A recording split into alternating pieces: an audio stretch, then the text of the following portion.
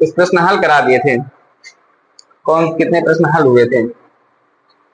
लाभ हानि के सारे नियम बता दिए थे, केवल प्रैक्टिस करवाना था। कितने सवाल? हमको लगता है सारे सवाल हो गए हैं क्या?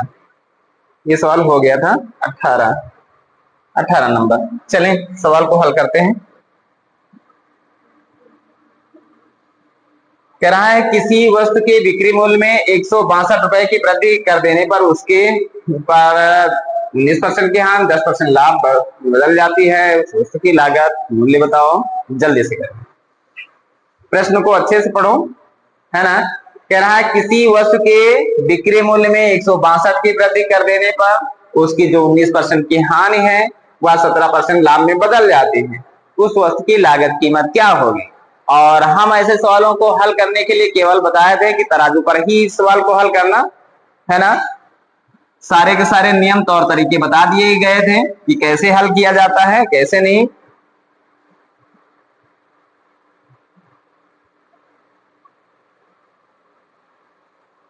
बताया जाए। चलो पहला सवाल है, हम बता ही देते हैं। पहला सवाल है, हम बता ही देते हैं, लेकिन बताने के पहले समझो। हम कहे थे कि जैसे 19% हानि की बात कर रहा है, 19% हानि की बात कर रहा है, तो हानि का मतलब 100 से घटाएगी। 19% हानि का मतलब क्या हो रहा है? 81% की बात कर रहा है। 17% लाभ का मतलब है 117% की बात कर रहा है ना। और इनका अंतर देखा जाए तो कितने का अंतर हो रहा है? तो यहाँ पर 6 का अंतर, यहाँ पर माने 26 का अंतर है। यही तो बात हो रही है। ए ऑप्शन, चलो जो भी है, ये 26 अंक क्या है? इनके बीच का अंतर क्या है? 26%। और यहाँ पर जो वृद्धि होता है और कमी होता है उसको भी हम अंतर ही कहते हैं। ये पिछले वाले जो है कि दिन में बता दिया गया है ना। तराजू पे इसको अगर हम हल करते हैं, और अच्छा ये लिखने की कोई जरूरत नहीं है, हम तुमको ये भी सिखाए थे, हानि और लाभ की अगर बात करता है तो वो सदैव क्या होता है? जुड़ता है। तो 19 और 17 को अगर हम जोड़ेंगे तो भी 26 होगा। ये 26% जो है कि कितने रुपए के बराबर है? 162 रुपए के बराबर है। सवाल ने कहा लागत कीमत बताओ। लागत मूल्य कहे या क्रय मूल्य कहे? 36 होगा ना। अच्छा 36 होगा, हाँ 36 होगा। चलें यहां पर 36 होगा, है ना। ये 36 है और ये किसके बराबर है? 162 रुपए के बराबर है। सवाल ने कहा लागत मूल्य बताओ। लागत मूल्य कितने रुपए की बराबर होती है? सदैव 100% की बराबर होती है। 100 पर देखिए यहाँ पर रीजन यही है कि परसेंट के सामने परसेंट को रखते हैं। अब यहाँ पर देखें 6 से गुणा करते हैं या किससे काटते हैं? चलें 12 से काट करके देखते हैं। 6 2 8 9, 12 से काटें, 12 36, 12 से काटेंगे तो 12 एकम 12, है ना। और बचा क्या? 4, 12 से नहीं कटेगा क्या? अच्छा रुक जाओ रुक जाओ रुक जाओ, 12 से नहीं कटेगा भाई, 12 से नहीं कटेगा। इसको किससे काटते हैं? हाँ 9 से। 9 चौके 36 और 9 एकम 9 और 9 एकम 9 तो 7 बचा, 9 8 72। 4 से इसको काट देते हैं, 4 25 100, है ना। त्रियक में गुणा होगा तो 18 पंजे 90 का 0 हासिल 9 हो गया। 18 दूना 36, 36 में 9 जोड़ा तो 45, जवाब रहा 450 के बराबर। और 450 कहां पे रखा हुआ है? ए ऑप्शन में रखा हुआ है। फिर एक बात जान रहे हैं, परसेंटेज हानि कहे परसेंटेज लाभ कहे, सदैव हम उनको क्या करते हैं? उनका अंतर निकालने के लिए उनको जोड़ते हैं। लाभ लाभ घटता है, हानि हानि घटता है, लेकिन लाभ हानि कहे या हानि लाभ कहे तो सदैव परसेंटेज को हम जोड़ते हैं। उनका जोड़ ही उनके अंतर के बराबर होता है। ये पिछले वाले उसमें बता दिए, ठीक है। तो अगला सवाल हल कर लेते हैं। यहाँ पर ये प्रश्न रहा और इसको जो है कि सही से करते हैं। एक घड़ी को 30% लाभ पर बेचा गया है। यदि उससे 80 रुपए कम में बेचा जाता तो उस पर 10% की हानि होती। उस घड़ी की लागत कीमत बताओ। कम या अधिक का मतलब ही होता है क्या? कम या अधिक का मतलब ही होता है क्या? अंतर। अब तराजू बनाए, कुछ समझाने की कोई जरूरत नहीं है, समझाने की कुछ जरूरत नहीं है। और हम यहां पर करते क्या है? ये कह रहा है 30% लाभ पर बेची जाती है कोई वस्तु, यदि उसको 80 रुपए कम में बेची जाए तो क्या होता है? 10% का नुकसान होता है। माने 30% लाभ और 10% हानि के बीच का जो अंतर हुआ है वह कितने रुपया के बराबर है? 80 रुपया के बराबर है। तो इनका अंतर, ये लाभ की बात कर रहा है, वो हान की बात कर रहा है, तो इनका अंतर सदैव इनके जोड़ के बराबर है। देखें परसेंटेज इधर लिखा हुआ है, ये परसेंटेज है, परसेंट ये अंतर है, अंतर के सामने अंतर रखते हैं। अंतर कितने रुपया का है? 80 रुपया का। रुपया अगर निकालना है तो प्रतिशत के नीचे प्रतिशत। सवाल ने कहा घड़ी की लागत कीमत, लागत कीमत पूछी या क्रय मूल्य पूछे, सदैव कितने परसेंट के बराबर होता है? 100% के बराबर। वो 100 यहाँ पर रख देते हैं। देखें ये तो रीजनिंग का सवाल बन गया। 40 के दुगुना 80 है, 100 के दुगुना है ना, भैया ऐसे कर देते हैं। 40 दुगुना 80 और रियल में गुणा होगा, 100 दुगुना क्या होगा? 200 होगा। बात एकदम क्लियर रही है ना, बी ऑप्शन आ गया है। चले अगला प्रश्न हम हल करते हैं ये, और इस सवाल को भी हम बड़ा कर लेते हैं, थोड़ा अच्छे से दिख जाए। ये लो, एक दुकानदार द्वारा किसी वस्तु को 8% लाभ पर बेचने से मिलने वाली जो राशि है उस राशि से 28 रुपया अधिक है, वह राशि जो 8% हानि पर बेची जाती है। तो इन दोनों में क्या होता है? क्रय मूल्य निकालना है। जल्दी से हल करो इस प्रश्न को, जल्दी।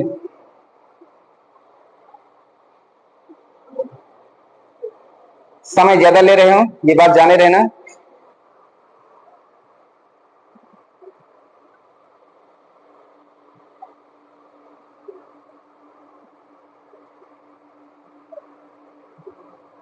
एक 175। चले बहुत बढ़िया, जो भी आया है 175 सबका आ रहा है। चले भाई 8% लाभ की बात कर रहा है, फिर 8% हानि की बात कर रहा है। इसका मतलब है इन दोनों का अंतर इनके योग के बराबर, माने 16% के बराबर। 16% किसके बराबर है? सवाल ने कहा 28 रुपया के बराबर है। यही तो बात है, यही तो बात है। अब सवाल कह रहा है उस वस्तु का क्रय मूल्य बताओ। क्रय मूल्य सदैव 100% होता है। अच्छा 100 को इधर रखे कि इधर रखे? तो 100% है, परसेंट के नीचे ही रखेंगे। प्रतिशत का अंतर प्रतिशत ही होगा, प्रतिशत का योग भी प्रतिशत ही होगा, ये बात जाने रहना। तो प्रतिशत के नीचे प्रतिशत रखते हैं और यहाँ पर जवाब आ जाएगा। देखें 4 से काटेंगे तो 4 चौके 16, 4 से इसको काट देते हैं, 4 से 28, 4 से इधर वो संख्या नहीं कटेगी तो ये वाली कटेगी, 25 हो जाएगा। 25 सत्ते है ना, 25 सत्ते 175 के बराबर जवाब रहा। ये लो सी ऑप्शन। कोई डाउट हो जरा सा भी तो पूछ सकते हो, अभी हम फिर से समझा दे, इसलिए कि सारे के सारे तरीके तराजू को कैसे हल करना है ये है ना शनिवार को बता दिया गया है। तो बताओ कोई भी डाउट क्यों जुड़ता है, क्यों घटता है, हम समझ नहीं पाते कहां पर जुड़ता है कहां पर घटता है। अगर ऐसा कोई डाउट है तो हम तुमको समझा सकते हैं। बताओ कोई दिक्कतें आ रही हो क्लास में तो आगे सवाल लगाते हैं और हल करते हैं। ये वाला सवाल, एक व्यापारी ने एक वस्तु 20% हानि पर बेची, यदि उसने उसका सी ऑप्शन आ गया इतनी जल्दी, बहुत आगे जाओगे। उसका विक्रय मूल्य 100 रुपया बढ़ा दिया जाए तो 5% का लाभ होता है। सवाल ने कहा उस वस्तु की लागत कीमत क्या है? उस वस्तु की लागत कीमत क्या है? जल्दी से कितना? 400। सी ऑप्शन, सी ऑप्शन सबका सी आ रहा है, सी आ रहा है। कोई ऐसा तो नहीं जो सुन सुन करके दे रहा है आंसर। बगल वाले ने कहा सी ऑप्शन तो हम भी बता दें सी ऑप्शन। कोई ऐसा अगर हो तो फिर बता सकता है। पिंटू नहीं समझ में आया? हमको पता था है ना। अगर क्लास में कोई सवाल नहीं समझ में आ रहा है और नहीं बात उठ रही है तो ये तुम्हारी गलती है। हम तो फिर अपने आप में हम तो समझ रहे हैं कि तुम लोग समझते हुए चले जा रहे हो और हम लगाते हुए चले जा रहे हैं। क्या नहीं समझ में आया पिंटू ये बताओ। चलो इस सवाल को अच्छे से समझते हैं, क्यों जुड़ता है क्यों घटता है ये बात नहीं समझ में आ रही है ना। कहां पे जुड़ता है कहां पे घटता है। अच्छा समझो, समझो कोई वस्तु है, कोई वस्तु है 100 रुपया उसकी लागत कीमत है ना, 100 रुपया उसकी लागत कीमत है, ये ठीक है। और दो लोग हैं, एक राम है और एक मोहन है। दोनों ने 100 रुपया में वस्तुएं खरीदी, दोनों का क्रय मूल्य बराबर। सवाल को समझो, अब जो है कि कलम चलेगी तो फिर नहीं समझ में आएगा। राम उस वस्तु को बेचने गया, उस 100 रुपया की वस्तु को बेचने गया तो 20% की हानि पर बेच कर के आया। 100 रुपया की सामान 20% हानि पर बेची जाएगी तो इसका मतलब कितने रुपया में बेची जा रही है? कितने रुपये में बेची जा रही है? 80 रुपया में। क्लियर है? ये 20% की हान 20% की हान सह रहा है। लेकिन जब मोहन उसी वस्तु को बेचने जा रहा है 100 रुपया के सामान को, तो वह जो है कि 25% लाभ पर बेच देता है। 25% लाभ पर बेच देता है। 25% लाभ, 25% लाभ का मतलब है वह वस्तु कितने रुपया में? 125 रुपया में। अब देखो यहां पर अंतर कितने, दोनों के रुपया में अंतर कितने का बना? 5 से 0 घटाएंगे तो 5 होगा, और 12 से 8 घटाएंगे तो 4 होगा। देखिए 45, है ना?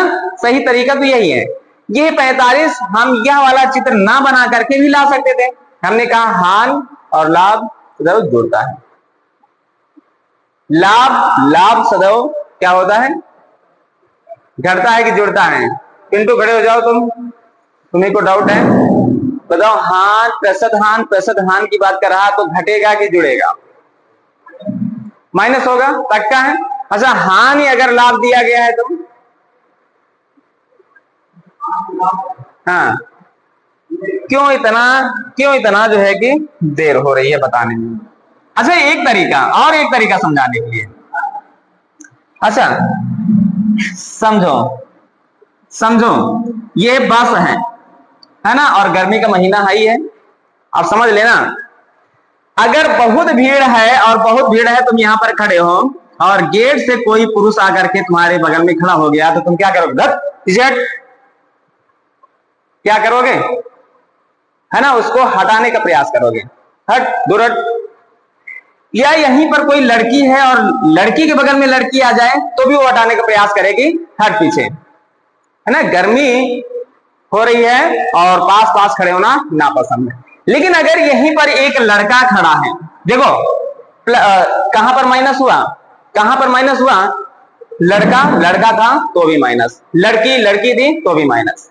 लेकिन अगर एक लड़का है और लड़का ना करके एक गेट से चढ़े और एक लड़की आ जाए तो पास में जाने का प्रयास, लड़का एक पास में जाने का प्रयास करता, माने जैसे ही अदर पोजीशन बनती है वहां पर दोनों में प्लस पॉइंट बन जाता है कि हम थोड़ा सा नजदीक होने का प्रयास करते हैं।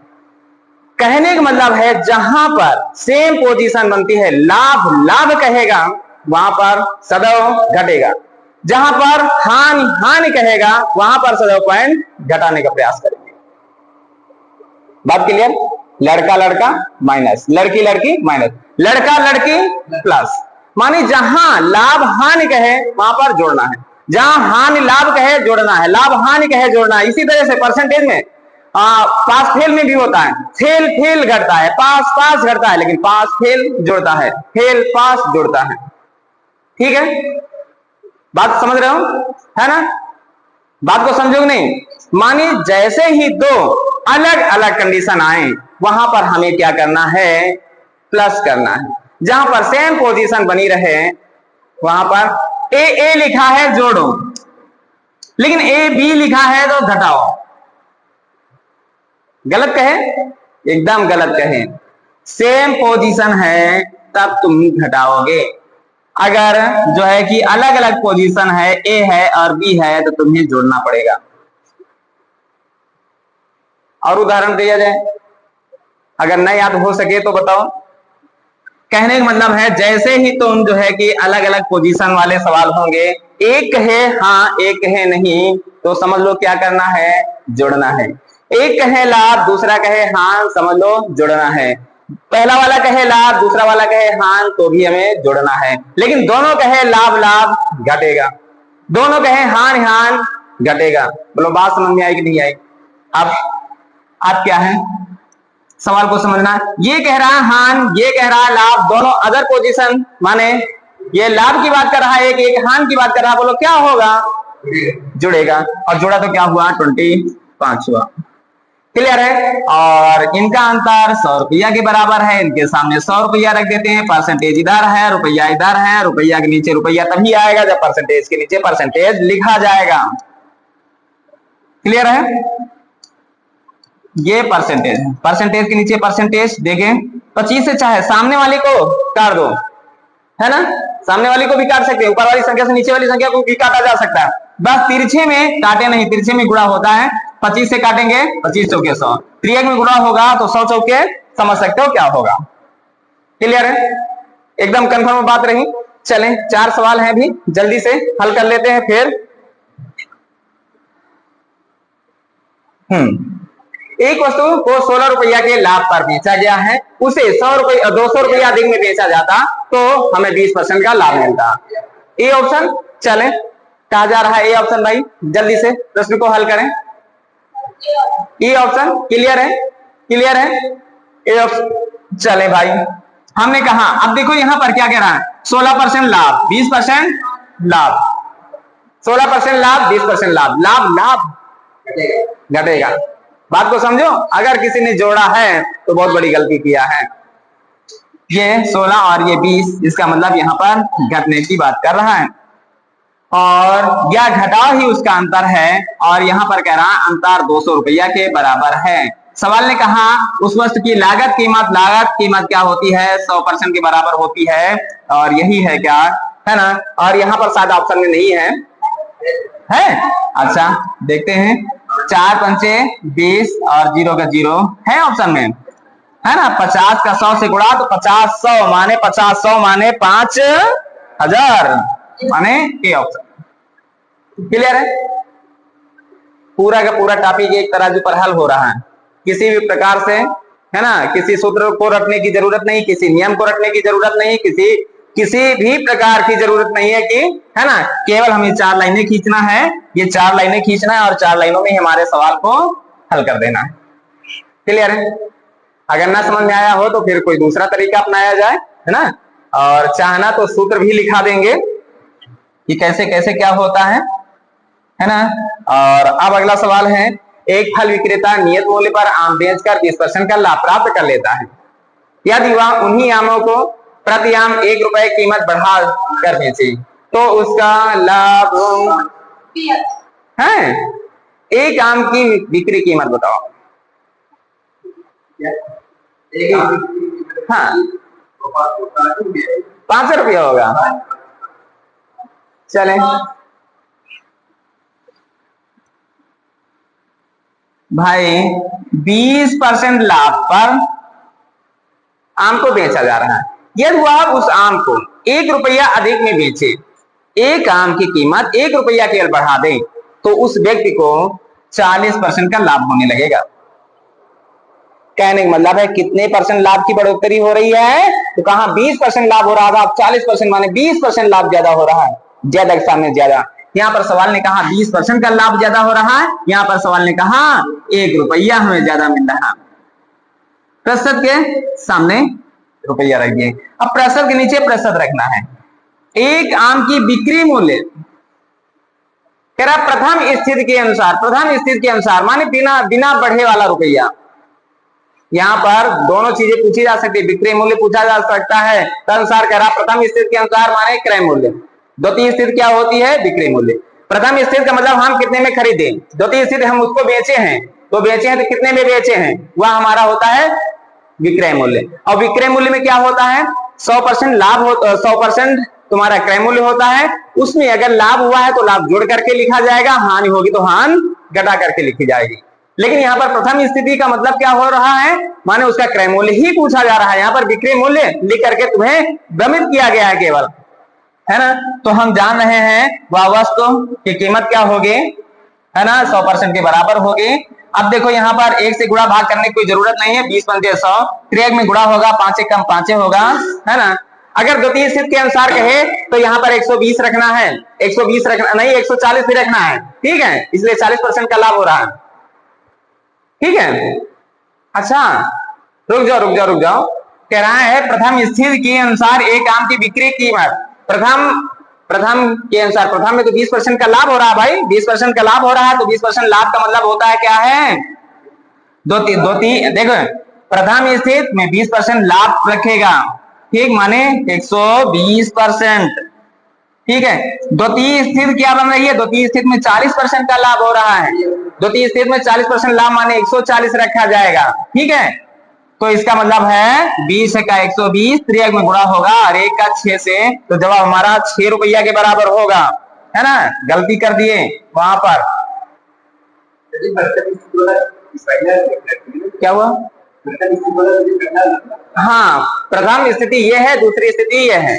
ठीक है, हम तुझे प्रथम स्थिति में खरीदा गया है इसलिए हम 100% रख दिए। ठीक है, प्रथम स्थिति के अनुसार एक आम की बिक्री कीमत, माने जब पहले 1 रुपया कीमत बढ़ने के पहले उसकी बिक्री कीमत माने विक्रय मूल्य क्या था, तो उसका विक्रय मूल्य 20% लाभ के बराबर था। 20% लाभ माने 120% के बराबर था। क्लियर है। द्वितीय स्थिति पर विक्रय मूल्य पूछता तो 40% माने 140 के बराबर रखना पड़ता, फिर वहां पर ऑप्शन 7 होगा। बोलो कोई दिक्कत?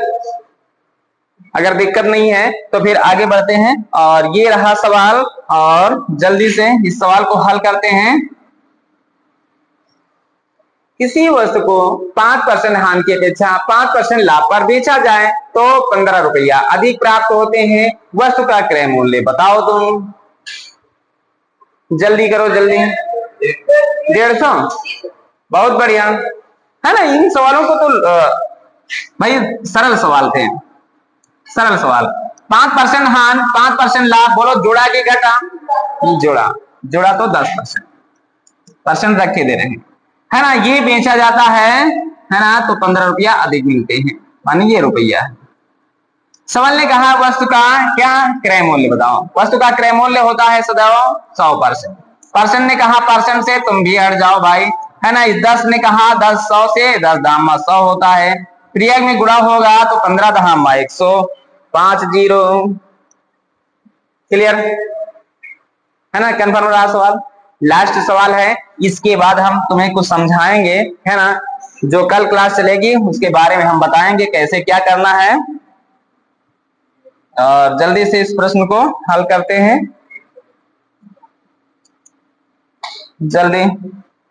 मोहन ने अपनी घड़ी 10% हानि पर बेची। यदि उसने उसी को 45 रुपए अधिक में बेचा होता तो 5% का लाभ होता। 300। क्लियर हो गया, है ना। क्लियर हो गया। मोहन ने अपनी घड़ी 10% हानि पर बेची। यदि वह 45 रुपया अधिक में बेचता तो उसे 5% का लाभ होता। तो हानि और लाभ की बात करा, इसलिए हम क्या करें, जोड़े की घटाएं, जोड़ देंगे 15%, और यह 45 रुपया के बराबर है। सवाल ने कहा उस घड़ी का विक्रय मूल्य कितने रुपया था। उस घड़ी का तदनुसार उस घड़ी का विक्रय मूल्य कितना रुपया था। तो मतलब क्या है, क्रय मूल्य नहीं पूछा गया है। सवाल ने कहा तदनुसार उस घड़ी का विक्रय मूल्य कितना रुपया था। का मतलब है पहली स्थिति। पहली स्थिति में क्या है, पहली स्थिति में वह 10% हानि पर वस्तु को बेच रहा था। क्लियर है। और 10% हानि का मतलब कितना, सी ऑप्शन। 10% हानि का मतलब होगा क्या, हमें 90 रखना होगा। क्लियर है। 15 से चाहे 45 को काटो, चाहे 15 से 90 को काटो, बात क्लियर है ना। 15 तिया 45। सवाल को पूरी तरीके से पढ़ा करो, ऐसा नहीं कि हम बार बार 100% रख रहे हैं, तुम जो है कि बिना सवाल को पढ़े 100% ही रख दो, ये गलत आदत है। सवाल को समझो, सवाल पूछ क्या रहा है ना। का मतलब पहला वाला विक्रय मूल्य, है ना। अगर कहे तो सर उस घड़ी का विक्रय मूल्य कितना रुपया है, बड़ा वाला मूल्य। क्लियर है। क्रय मूल्य पूछे तो सदैव 100% रख दो। यहां पर देखें 0 का 0, 9 तिया 27 माने 270 के बराबर। बोलो बात समझ में आई कि नहीं आई। कन्फर्म रहा सवाल, हटा दिया जाए, है ना। अब हटाने के बाद जो है कि कल जो पढ़ाया जाएगा, है ना। अब ये सरल सवाल हो चुके हैं, कल जो पढ़ाया जाएगा उस पर बात आज ही कर लिया जाए, है ना। कुछ अच्छे से समझ लिया जाए। देखो जैसे हम किताब की दुकान पर गए और हमें क्या खरीदना है, पुस्तकें खरीदनी है। पुस्तकें नहीं, पहले छोटी छोटी चीजें खरीदें। पहले हमें रबड़ खरीदना है, रबड़ खरीदना है, और रबड़ खरीदना है, और रबड़ के साथ साथ हमें क्या खरीदना है ना, पेंसिल भी खरीदना है, पेंसिल खरीदना है। और दुकान वाले से हम पूछे कि रबड़ की कीमत बताओ, तो रबड़ की कीमत 5 रुपया थी। एक रबड़ की कीमत 5 रुपया, पेंसिल की कीमत 3 रुपया थी। तो हम कहे भाई हमें 5 रबड़ दे दो, 5 रबड़ दे दो, आर माने रबड़ रख देते हैं, आर माने रबड़, 5 रबड़ दे दो भाई, और जो है कि 3 पेंसिलें, नहीं 4 पेंसिलें कर लो, 4 पेंसिलें, पी फार पेंसिलें कर लो। तो दुकानदार ने कहा भाई देखो, एक रबड़ की कीमत 5 रुपया, तो 5 रबड़ की 25 रुपया, 25 रुपया इसकी कीमत हो गई। एक पेंसिल की 3 रुपया कीमत, 4 पेंसिल की 3 चौक 12 रुपया, तो 25 रुपया ये और 12 रुपया वो, ये कुल मिला के हो गया क्या 37 रुपया, भैया दे दो, है ना, 37 रुपया दे दो। तब तक फोन बजा घर का, है ना, बच्चों ने फोन किया कि नहीं पापा, रबड़ जो है 5 नहीं लाना, रबड़ लाना 7, रबड़ लाना 7, इसलिए रबड़ की होती है ज्यादा जरूरत, और जो पेंसिल है, पेंसिल ले आना 2 ही या 3 पेंसिलें ले आना, है ना। तो भाई बच्चों के लिए ले जा रहे हो तो बच्चों का ही कहना मानोगे, उनको जितनी जरूरत है उतना काम करोगे। तो एक रबड़ की कीमत 5 रुपया, 7 रबड़ की कीमत 35 रुपया, 35 रुपया ये, और जो है कि 3 पेंसिल, एक पेंसिल की कीमत 3 रुपया, 3 पेंसिल की कीमत 9 रुपया, तो हो गया कितना 44 रुपया। दुकानदार ने कहा भैया अब दे दो हमें 44 रुपया, है ना। कहने का मतलब यहां पर सवाल बना, सवाल को समझना, सवाल हमारा ये बना है कि 5 रबड़ और 4 पेंसिलें, अब हम इसको हटा दे रहे हैं, इसको हटा दे रहे हैं, यही हमें निकालना है। 5 रुपया 3 रुपया था, ठीक है, यही हमें निकालना है। देखो कैसे सवाल बना,